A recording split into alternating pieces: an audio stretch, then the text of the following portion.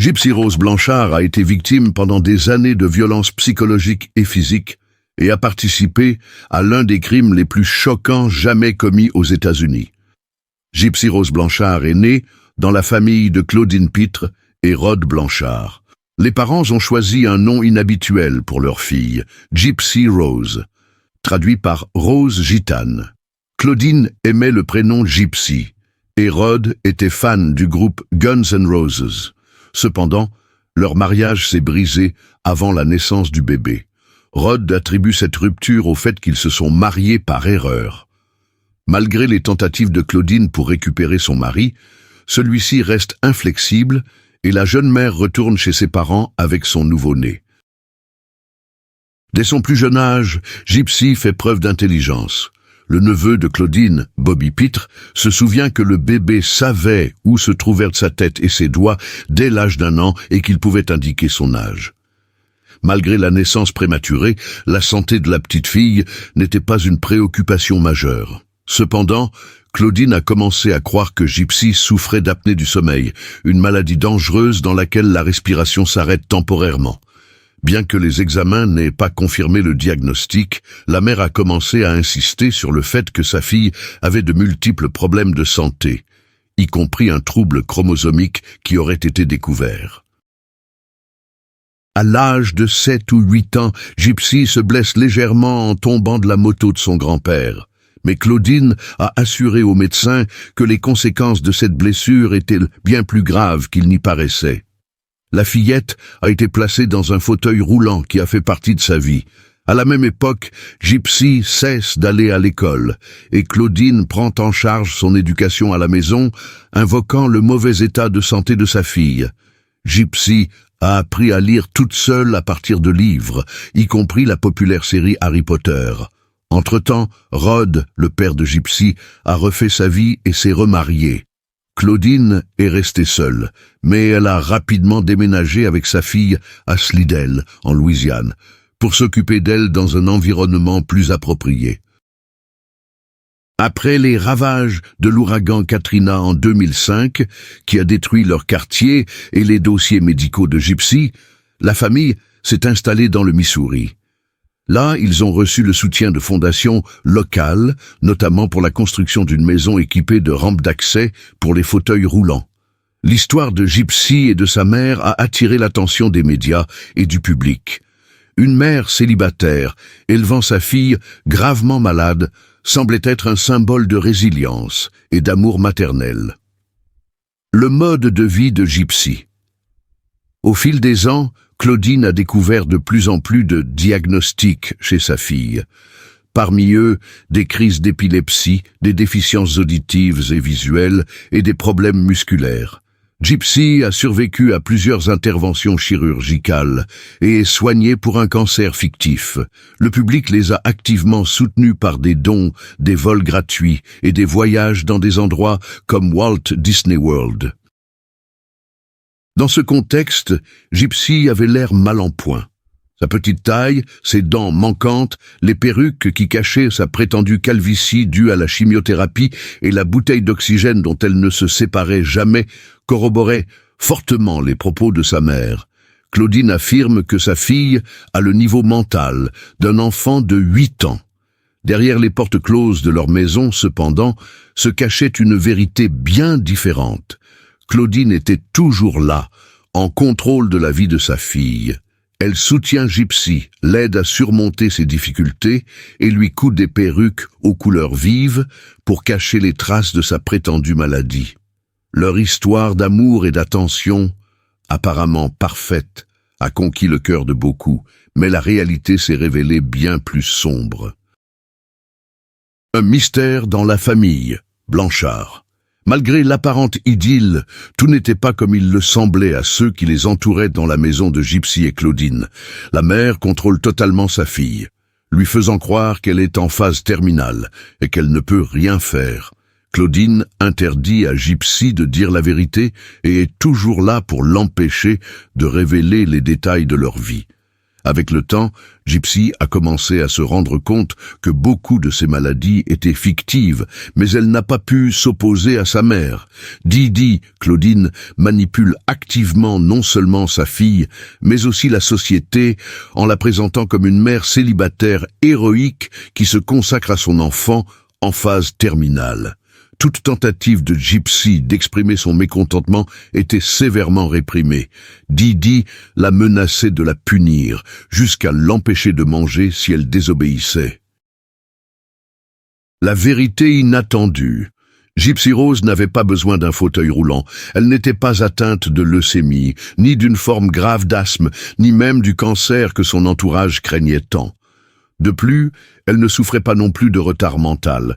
Tout cela s'est avéré être une invention de sa mère, Claudine Blanchard, qui souffrait du syndrome de Munchausen par procuration. Les mensonges de Claudine, qui durent depuis des années, ont commencé lorsque Gypsy était toute petite. Le premier épisode notable est la chute de la petite fille de la moto de son grand-père, qui ne lui a causé qu'une légère écorchure au genou. Cependant, pour Claudine, ce fut le déclencheur d'un long scénario de manipulation. Très vite, Didi déclare que Gypsy est atteinte de dystrophie musculaire et installe sa fille dans un fauteuil roulant malgré les regards surpris des proches. Peu à peu, Claudine restreint la communication avec la famille pour éviter les questions inutiles. Un mensonge qui n'a cessé de s'aggraver. Les enfants du quartier qui jouaient avec Gypsy ont vu qu'elle pouvait courir et les faire rouler dans son fauteuil roulant. Bobby Peter, l'un des parents, se souvient. Nous savions tous que Gypsy pouvait marcher. Elle jouait, courait et se comportait comme un enfant normal. Mais Didi ne cessait de répéter que les jambes de la fillette allaient bientôt lâcher à cause de la dystrophie et qu'elle devait les tremper dans la baignoire. Elle a convaincu Gypsy qu'elle devait rester dans son fauteuil ou que les choses ne feraient qu'empirer. Chaque année, Didi invente de nouvelles maladies. Elle prétendait que la vue de Gypsy se détériorait et lui faisait porter des lunettes étranges qui, selon Bobby, ressemblaient à des kaléidoscopes. Didi a également restreint le régime alimentaire de sa fille en lui faisant des injections inutiles de Botox, ce qui a provoqué le pourrissement des gencives de la fillette. Elle a rasé la tête de Gypsy pour imiter les effets de la chimiothérapie et l'a nourrie à l'aide d'un tube, malgré les appels de la fillette à manger normalement. Mandat. Pour contrôler totalement Gypsy, Claudine l'a branchée à une machine respiratoire pendant la nuit, sous prétexte que la fillette ne pouvait pas survivre sans elle. C'était une autre façon d'isoler Gypsy de son père, Rod Blanchard. Didi lui dit que l'état de santé de sa fille ne lui permet pas de passer la nuit hors de la maison, et bien que Rod envoie fidèlement de l'argent, Didi fait courir le bruit qu'il est alcoolique et toxicomane, et qu'il ne s'occupe pas de l'enfant. Malgré les efforts de Didi, certains médecins commencent à douter de sa parole. L'un d'eux, le neuropédiatre Bernardo Flesterstein, après avoir examiné Gypsy, n'a trouvé aucune trace de dystrophie musculaire et a déclaré « Je ne vois pas pourquoi elle ne peut pas marcher ». Lorsqu'il a conseillé des examens complémentaires, Claudine a tout simplement cessé d'emmener sa fille chez ce médecin. Plus tard, Flesterstein a suggéré que Didi souffrait du syndrome de Munchausen par procuration, mais ses soupçons n'ont pas été remis en question. En 2009, un appel anonyme à la police a indiqué que Claudin utilisait des noms et des dates de naissance différents pour elle-même et sa fille, et que les maladies de Gypsy pouvaient être inventées. Cependant, Didi a convaincu les policiers qu'il s'agissait d'une mesure forcée visant à les protéger d'un mari toxicomane harceleur.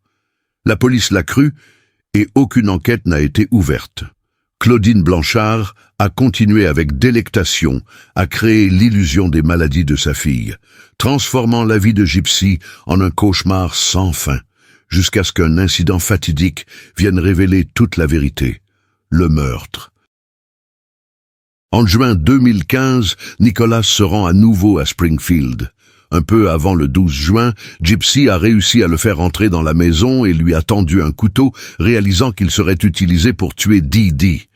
God John a dit à Gypsy de se cacher dans la salle de bain et de se boucher les oreilles pour qu'elle ne soit pas témoin du meurtre de sa mère. Il s'est ensuite rendu dans la chambre à coucher où Dee Dee, endormie, était sans défense, et l'a poignardé à plusieurs reprises. Le couple s'est emparé de 4 000 $ en liquide que Dee Dee avait gardé et s'est enfui en s'installant dans un motel. Ils y ont passé plusieurs jours à réfléchir à ce qu'ils allaient faire. Pour se débarrasser de l'arme du crime, ils ont envoyé le couteau par la poste au domicile des God John. Ils sont ensuite montés dans un bus en direction de la ville de God John. Ils ont été repérés par plusieurs personnes en chemin, qui ont remarqué que Gypsy portait une perruque blonde et se déplaçait sans aide. Le 14 juin, God John a utilisé son téléphone pour poster 2 messages sur la page Facebook de Dee Dee. Gypsy a admis plus tard qu'elle était préoccupée par le fait que personne n'avait encore découvert le corps de sa mère quelques jours plus tard. Elle espérait que ces messages attireraient l'attention des gens, ce qui fut le cas, et que quelqu'un déciderait d'aller voir la maison de Claudine et de découvrir ce qui s'était passé. Après le meurtre, l'opinion publique a rapidement changé. La sympathie initiale pour Claudine a été remplacée par l'horreur et la compassion pour Gypsy. Dans le Missouri, un meurtre au 1er degré est passible de la peine de mort ou d'une peine de prison à perpétuité sans possibilité de libération conditionnelle. Toutefois, le procureur Dan Patterson a déclaré que des mesures aussi strictes étaient inappropriées, même pour God John, en soulignant son caractère inhabituel. Après avoir reçu des dossiers médicaux de Louisiane, l'avocat de Gypsy a pu obtenir un accord pour une condamnation pour meurtre au 2e degré. Gypsy Rose a donc été condamné à 10 ans de prison. God John, en revanche, risquait une peine plus lourde, car il était considéré comme l'instigateur du projet de meurtre. Tous deux ont admis que c'était lui qui avait porté les coups mortels à Dee Dee. En janvier 2017, le procès de God John a été reporté. Le bureau du procureur a demandé une évaluation psychiatrique supplémentaire. Les avocats de la défense ont fait valoir que God John avait un faible QI et se trouvait sur le spectre de l'autisme, ce qui aurait pu affecter sa capacité à penser de manière rationnelle. Mais le plus choquant dans cette histoire, c'est la durée pendant laquelle cette tromperie est passée inaperçue. L'entourage, les médecins, les associations caritatives, tout le monde croyait à l'image de la mère parfaite créée par Dee Dee. Gypsy, privé de sa liberté et de son droit à la vie, a fini par trouver une issue qui s'est révélée tragique. Cette affaire a servi de leçon à la société, montrant combien il est important de ne pas se contenter d'éprouver de l'empathie, mais de poser des questions pour voir la véritable nature de ce qui se passe. L'histoire de Gypsy Rose n'est pas seulement celle de la cruauté, mais aussi celle de l'espoir d'une seconde chance. Aujourd'hui, Gypsy se construit une nouvelle vie, libérée de l'influence de sa mère, et s'efforce de trouver sa place dans le monde. Si vous avez apprécié cette vidéo, donnez-lui un like, abonnez-vous à la chaîne et partagez vos réflexions dans les commentaires. Pensez-vous que cette tragédie aurait pu être évitée ? Merci d'avoir regardé et rendez-vous au prochain épisode.